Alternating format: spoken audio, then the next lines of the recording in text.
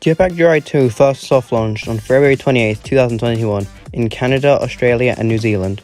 Then in April 2021 in the Netherlands, Spain and Poland. It was available on the App Store and Google Play and was free. It was about Barry steak fries breaking into 3 labs: Legitimate Research, which is the lab from the first game, Subterranean Labyrinth, and Arctic Industries, 2 new labs made up for this game. Unlike the first game, it was level-based, and it had a tutorial showing you how to play, then 2 levels for each laboratory. Level 1 would end with a boss battle with the science crew, and level 2 would end with a battle with that laboratory's owner. The tutorial and Legitimate Research had Professor Brains from Age of Zombies and the Jetpack Joyride shorts, Subterranean Labyrinth had the Minotaur, and Arctic Industries had Mikhail. Both of those characters appeared in the first episode of Jetpack Joyride shorts. Interestingly, you could not replay any levels, so once the game is beat, you can only play the final level over and over instead of being able to go back and play any other. During the levels, Barry would face missiles and zappers while scientists would walk below him, just like in the first game. But unlike the first game, Barry now has a gun, similar to how he did in Age of Zombies and Monster Dash, but unlike those two, his main weapon is a blaster as opposed to a shotgun, which is his main weapon in those 2 games. You could upgrade the jetpack's health and weapon with coins, and you could make it stronger with cores you'd unlock through Experience Road. The Experience Road had 60 levels to it, and to progress through it you had to collect XP. To install cores into the jetpack, you needed to spend gems. To get gems, you could either get them through challenges, find one floating around, or buy them with real money. There were also 2 sets of power-ups. One was a weapon power-up that had many different types of weapons you could get. To get more, you had to earn green tokens, then use them in the research machine to get either a new power-up or cards to upgrade ones you already have. To upgrade a power-up, all you needed to do was get the required amount of cards, then you had to pay with coins. To get coins, you could either get them through doing challenges, or you could get them when playing a level. Or you could buy more with gems. The second set of power-ups was a vehicle. You could either get the Big Stomper, which is a buff version of the Little Stomper from the first game, Galaxy Ship, which is an all-new vehicle for this game, and it would take you to space and shoot asteroids and robots. And the final vehicle was the Gravity Suit Mark II, which was just a purple version of the Gravity Suit from the first game. In the first game, if you were to get a vehicle, you would have it until you got hit. In the sequel, the vehicle has a set time limit, and the time drains faster while you get hit. Each vehicle could be upgraded with coins. Also, when playing levels, you had to spend energy, and it would cost you 5 energy to play each level.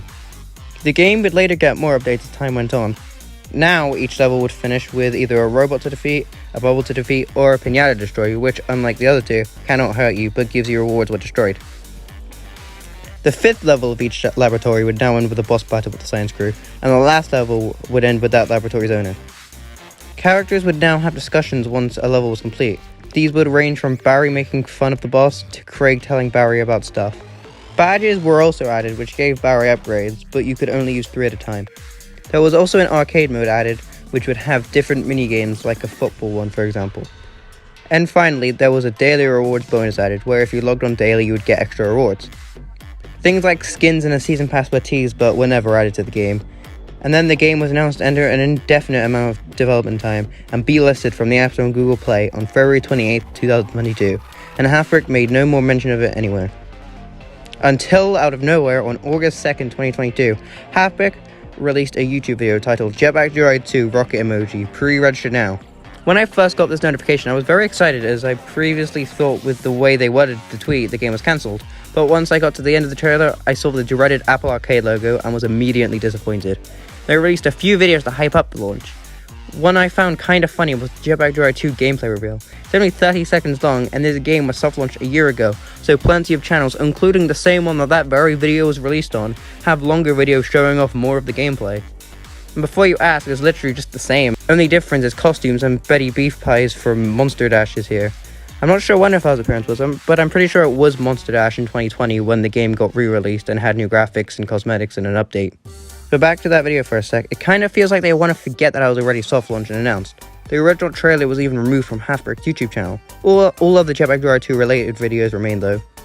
Then finally, the game would release on August 19th, 2022, worldwide, exclusive to Apple Arcade, Apple subscription service, in which you have to pay £5 a month to have access to, only on Apple devices. Now what's different from this version and the original version? Well, honestly, there's not really any differences.